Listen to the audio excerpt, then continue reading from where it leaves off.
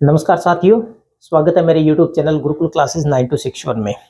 आज के इस इवनिंग सेशन में हम लोग जो चर्चा करने वाले हैं, जैसा कि आपको बोर्ड पर दिखाई दे रहा है, राजस्थान सामान्य ज्ञान को लेके। और राजस्थान सामान्य ज्ञान में चूंकि आप लोग जानते हैं कि हम लोग राजस्थान के मीठे पानी की झीलों की सीरीज को पढ़ते आ रहे हैं, और आज जिस राजस्थान के मीठे पानी की झील के बारे में हम लोग चर्चा करने वाले हैं, वो झीलें होगी अजमेर की। ठीक है, सीधा सा ध्यान रख लेना। आज जिन जिलों की हम लोग चर्चा कर रहे हैं वो कहाँ की जिले हैं? अजमेर की जिले हैं। ठीक है, अजमेर की अगर हम जिलों की बात करें तो अजमेर प्रॉपर शहर के अंदर प्रमुख रूप से दो जिले हैं, एक तो आना सागर है और दूसरी फाई सागर है। ठीक है, और अजमेर से तकरीबन 10 से 11 किलोमीटर साइड के अंदर आपको पता है कि पुष्कर शहर पड़ता है, जो अजमेर डिस्ट्रिक्ट के अंडर में ही है। तो वहां पुष्कर के अंदर विश्व प्रसिद्ध झील है, जिसको पुष्कर झील के नाम से जानते हैं। ठीक है, तो आज जो शुरुआत मैं आपको करने वाला हूं वो प्रारंभ करूंगा आना सागर झील को लेके, क्योंकि जैसा कि मैंने आपको बताया कि दो अजमेर शहर के अंदर जो दो जिले हैं, एक तो है आना सागर और दूसरी है फाई सागर। पहली जो झील जिसके बारे में हम लोग पढ़ रहे हैं वो है आना सागर। अब आना सागर झील, जैसे कि झील का नाम है, नाम से स्पष्ट अपने को पता चल रहा है कि झील का निर्माणकर्ता कौन हो सकता है। तो झील के निर्माणकर्ता की अगर मैं बात करूं तो झील का निर्माणकर्ता या झील किस व्यक्ति ने बनवाई, उसका नाम, क्यों बनवाई, उसका कारण, दोनों ही मैं आपको यहाँ पर बताने वाला हूँ। निर्माणकर्ता थे आना जी। झील का निर्माण किसने करवाया था?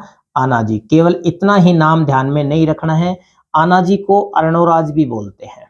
आना जी को अर्णोराज भी बोलते हैं। गुरुजी ये अर्णोराज कौन है? तो आपको मैं बता दूं, पृथ्वीराज चौहान तृतीय जो थे, पृथ्वीराज चौहान तृतीय। चलिए यहाँ पर मैं आपको इसकी थोड़ी सी शॉर्ट में बात बता देता हूँ। पृथ्वीराज चौहान तृतीय, जिनके बारे में कहा जाता है कि भारत के ये अंतिम हिंदू सम्राट थे, पृथ्वीराज चौहान तृतीय, जिन्होंने अपने को पता है त्राइन का प्रथम और द्वितीय युद्ध लड़ा था मोहम्मद गौरी के साथ 1191 और 92 के अंदर। पृथ्वीराज चौहान के जो पिताजी थे उनका नाम था सोमेश्वर चौहान। पृथ्वीराज चौहान के पिताजी का नाम क्या है? सोमेश्वर चौहान। और पृथ्वीराज चौहान की जो मां थी उसका नाम था कपूरी देवी। कपूरी देवी जो कि दिल्ली के शासक अनंगपाल तोमर की पुत्री थी, क्योंकि अपने को पता है कि पृथ्वीराज चौहान का ननियाल था दिल्ली। ठीक है, अनंगपाल तोमर की ये बेटी थी कपूरी देवी। और सोमेश्वर के जो पिताजी थे उनका नाम था अर्णोराज, जिनको आना जी हम लोग कह सकते हैं।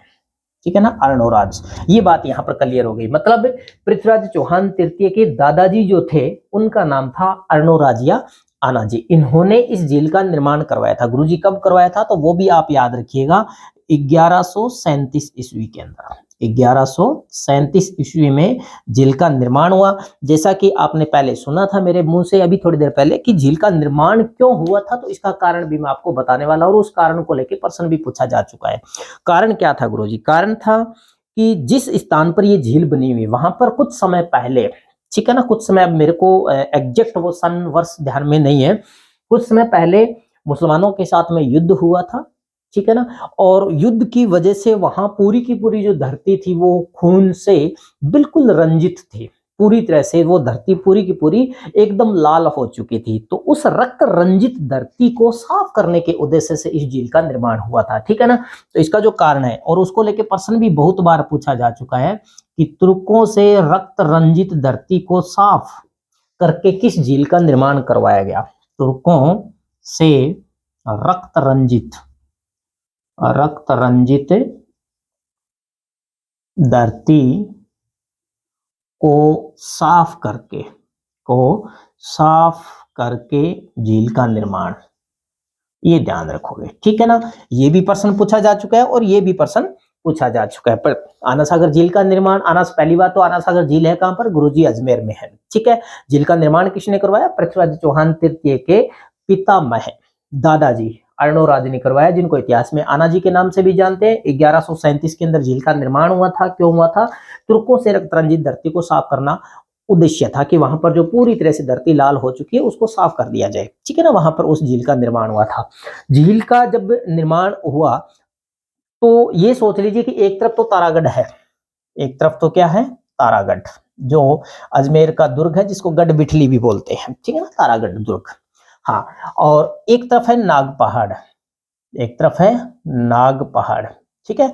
तथा कथित, नागपाड़ से चूंकि अपने को पता है कि एक नदी निकलती है जिसका नाम है लूणी, और एक और अपने इतिहास की किताबों में पढ़ने को मिलता है चंद्रा नदी। हो सकता है कि लूणी नदी का ही नाम हो चंद्रा नदी, तो ये प्रॉपर अभी क्लियर नहीं हो पाया है कि लूणी ही चंद्रा थी, लेकिन अपने को दोनों ही नाम ध्यान में रखने हैं। नागपहाड़ और तारागढ़ के बीच में लूणी या चंद्रा नदी के जल को रोककर इस आना सागर झील का निर्माण हुआ था। ठीक है ना। अभी अगर प्रश्न पूछ लिया जाए कि किस नदी के जल को रोककर आना सागर झील का निर्माण हुआ है, तो सीधी सी बात है लूणी भी अपने को ध्यान में रखना है और चंद्रा भी अपने को ध्यान में रखना है। हालांकि जब हम राजस्थान की नदियों के बारे में अभी पढ़ते हैं तो राजस्थान के अंदर सिर्फ लूणी नदी को पढ़ते हैं, चंद्रा नदी को हम लोग नहीं पढ़ते हैं। वही बात जैसे द्रस्वती है, सरस्वती है, जहां गगर नदी के पेटे में पहले बहा करते थे, गगर नदी के स्थान पर बहती थी। सरस्वती नदी वर्तमान में राजस्थान में नहीं है, लेकिन जहां पर गगर नदी बहती है वहां पर पौराणिक समय के अंदर सरस्वती नदी बहती थी। तो हो सकता है ठीक उसी प्रकार से प्राचीन समय में लूणी नदी का ही नाम है चंद्रा नदी होगा। ठीक है। तो लूणी या चंद्रा नदी के जल को रोककर नागपहाड़ और तारागढ़ के बीच में आना सागर झील का निर्माण करवाया गया, तुर्कों से रक्त रंजित धरती को साफ करके, मतलब ये उद्देश्य था उनका। और निर्माण करता है वो आना जी है, अरनोराज है। 1137 में झील का निर्माण हुआ था। ये चीज हो गई क्लियर। अब इसके बाद में अगली जो बात अपने को ध्यान में रखनी है, झील के किनारे क्या है। चलिए इसको मैं थोड़ा साफ कर देता हूं। झील के किनारे क्या है, तो बहुत बार प्रश्न आया हुआ है, दौलत बाग कहाँ स्थित है। दौलत बाग, ये ध्यान में रखोगे, दौलत बाग ये आना सागर झील के किनारे ही है, अजमेर के अंदर ही। ठीक है ना, दौलत बाग। और दौलत बाग का वर्तमान नाम जो है वो सुभाष उद्यान, सुभाष उद्यान, ये भी ध्यान रखोगे। दौलत बाग जिसका वर्तमान नाम क्या है, सुभाष उद्यान है। ठीक है। इस दौलत बाग का निर्माण करवाया गया था 1637 ईस्वी में। कब करवाया, 1637 में। और निर्माण करवाया किसने था, तो अकबर के बेटे जहांगीर ने इसका निर्माण करवाया था। अकबर के बेटे जहांगीर ने दौलत बाग का निर्माण करवाया था 1637 के अंदर। दौलत बाग और सुभाष उद्यान एक ही है। जब इसका निर्माण हुआ था तो दौलत बाग नाम रखा गया था, और सुभाष उद्यान इसका वर्तमान में नाम है। इसको शाही बाग बोलते हैं, ये रॉयल गार्डन है। ठीक है ना, रॉयल गार्डन कह सकते हैं, शाही बाग कह सकते हैं। रॉयल गार्डन, शाही बाग, ये हो गई दौलत बाग को लेके। ठीक है। इसके बाद अगली बात आपको ध्यान में रखनी है कि जैसे मैंने यहाँ पर जहांगीर का नाम लिया, तो जहांगीर की जो माता थी ना, नूरजहां, ठीक है, उनकी माँ थी शायद हजरत बेगम। उन्होंने सबसे पहले भारत के अंदर इत्र जो होता है, इत्र सैंड जिसको हम लोग बोलते हैं, कहते हैं कि नूरजहां की माता हजरत ने सर्वप्रथम यहाँ पर इत्र का प्रयोग किया था, या इत्र का या आविष्कार कह सकते हैं उसको। ठीक है, लेकिन वो चीजें अलग है। तो अपने यहाँ पर सिर्फ इतनी बात ध्यान में रखनी है, दौलत बाग जिसका निर्माण जहांगीर ने करवाया, 1637 के अंदर करवाया। वर्तमान में इसको सुभाष उद्यान बोलते हैं। ये अपने आप में एक शाही बाग था। चलिए अगली बात अपने को ध्यान में रखनी है कि झील के किनारे हैं 5 12 दरी 12 दरवाजे हैं। 12 दरी 12 दरवाजे, सीधा लिख देता हूं मैं, 12 दरवाजे, 12 दरी 12 दरवाजे। संख्या में कितने हैं, ये 5 है। तो ये वाले सीधे प्रश्न, संख्या नहीं पूछी गई आज तक, नहीं पूछी जाने की संभावना है, ऐसे हम कह सकते हैं। 12 दरी 12 दरवाजे कहाँ स्थित है, तो स्वाभाविक सी बात अजमेर के अंदर है। और इनका निर्माण किसने करवाया है, तो वो भी मैं आपको भी बता देता हूँ, आना सागर झील के किनारे ही है ये। तो इसका जो निर्माण करवाया था, वो निर्माण भी 1637 के अंदर ही हुआ था इनका भी। और निर्माण करता जो था वो जहांगीर का बेटा शाहजहां, जहांगीर का बेटा शाहजहां ने कहते हैं कि इनका निर्माण करवाया था। हालांकि थोड़ी सी उटपटांग लगती है कि 1637 के अंदर जहांगीर ने निर्माण करवा दिया, 1637 के अंदर ही उसके बेटे शाहजहां ने निर्माण करवा दिया। स्वाभाविक सी बात है कि एक ही समय के अंदर दोनों का निर्माण हुआ है। एक का निर्माणकर्ता का नाम बाप ने लिखवा दिया और एक का नाम है बेटे का लिखवा दिया गया, काम बाप के ही है। ठीक है। चलिए ये हो गया 12 दरी को लेके, 12 दरी 12 दरवाजे को लेके। अब इसके बाद में एक चीज और अपने को ध्यान में रखनी है, आना सागर झील के अंदर पानी की जब भी पूर्ति करनी होती है तो बांडी नदी का जल आता है। आना सागर झील के अंदर बांडी नदी का जल आता है, ये भी ध्यान में रखना है। दूसरी जो मैं आपको झील आपको अभी पढ़ाने वाला हूँ, अजमेर की फौज सागर, उसके अंदर भी बांडी नदी का ही जल आता है, ये ध्यान रखना है। दोनों ही झीलों के अंदर कौन सी नदी का जल आता है, बांडी नदी का। ठीक है। झील के अंदर एक झरना है और झरने का नाम है चश्मा ए नूर, ये भी याद रखोगे, चश्मा ए नूर। चश्मा ए नूर झरना कहाँ है? आना सागर में है, अजमेर के अंदर है। और चश्मा ए नूर जो झरना है उसका जो निर्माण है वो जहांगीर के द्वारा ही करवाया गया है। किसके द्वारा करवाया गया है? जहांगीर के द्वारा। चलिए, हो गई आना सागर झील कंप्लीट। ठीक है, आना सागर झील को लेके वापस मैं आपको बता दूं, आना सागर झील तारागढ़ और नाग पहाड़ के बीच में है। आना सागर झील का निर्माण आना जी ने, अर्णोराज ने, जो पृथ्वीराज चौहान तृतीय के पितामह या फिर दादाजी थे, उन्होंने 1137 के अंदर करवाया था, तुर्कों से रक्त रंजित धरती को साफ करने के उद्देश्य से। आना सागर झील के अंदर जिस नदी का पानी आता है उस नदी का नाम बांडी है। जिस नदी के जल को रोक के आना सागर झील का निर्माण हुआ था वो चंद्रा या लूनी नदी है। ठीक है, किनारे पर सुभाष उद्यान है जहांगीर के द्वारा, और 12 दरी 12 दरवाजे हैं जो शाहजहां के द्वारा निर्मित है। ठीक है, तो ये तो हो गई आना सागर झील। अब इसके बाद में दूसरी जो अजमेर की झील है उसका नाम मैं आपको बता देता हूं, वो है फॉय सागर झील। दूसरी झील का नाम क्या है? फॉय सागर। ये लीजिए गुरुजी, फॉय सागर हमने नोट कर दी।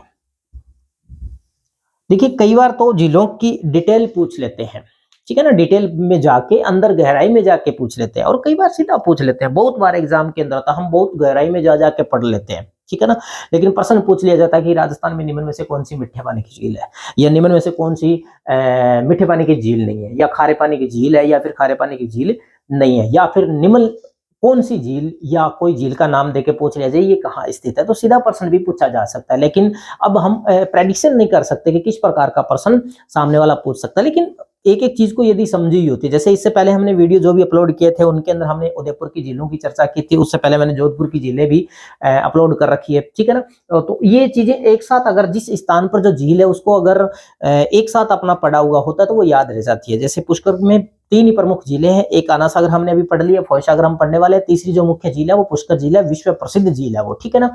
चलिए, फॉय सागर झील को लेके सीधा सा जो तथ्य है आपको ध्यान में रखना है, झील का जो निर्माण हुआ है वो 1891-92 में हुआ है। 1891-92 के अंदर झील का निर्माण हुआ है। क्यों हुआ है? अकाल राहत कार्य, याद रखोगे, अकाल राहत कार्यों के दौरान। चूंकि अपने को पता है 1891-92 के अंदर अंग्रेजी शासन था, भारत के अंदर अंग्रेजी हुकूमत हुआ करती थी, अकाल पड़ा हुआ था राजस्थान के अंदर, तो उस समय लोगों को काम भी देना था, तो कुछ काम भी करवा लिया जाए और उनको कुछ खाने पीने के लिए चीजें उपलब्ध भी हो जाए, इसलिए कुछ उनको दिहाड़ी मजदूरी भी दे दी जाए, इसलिए अकाल राहत कार्यों के दौरान इस झील का निर्माण हुआ था। इस झील का निर्माण करता उस समय कोई नाम नहीं कह सकते क्योंकि सरकारी कार्य था, तो एक इंजीनियर था, अंग्रेज अधिकारी एक इंजीनियर था जिसका नाम था इंजीनियर फॉय। फॉय के निर्देशन में इस झील का निर्माण हुआ है, इसलिए इस झील का निर्माण ही क्या रख दिया?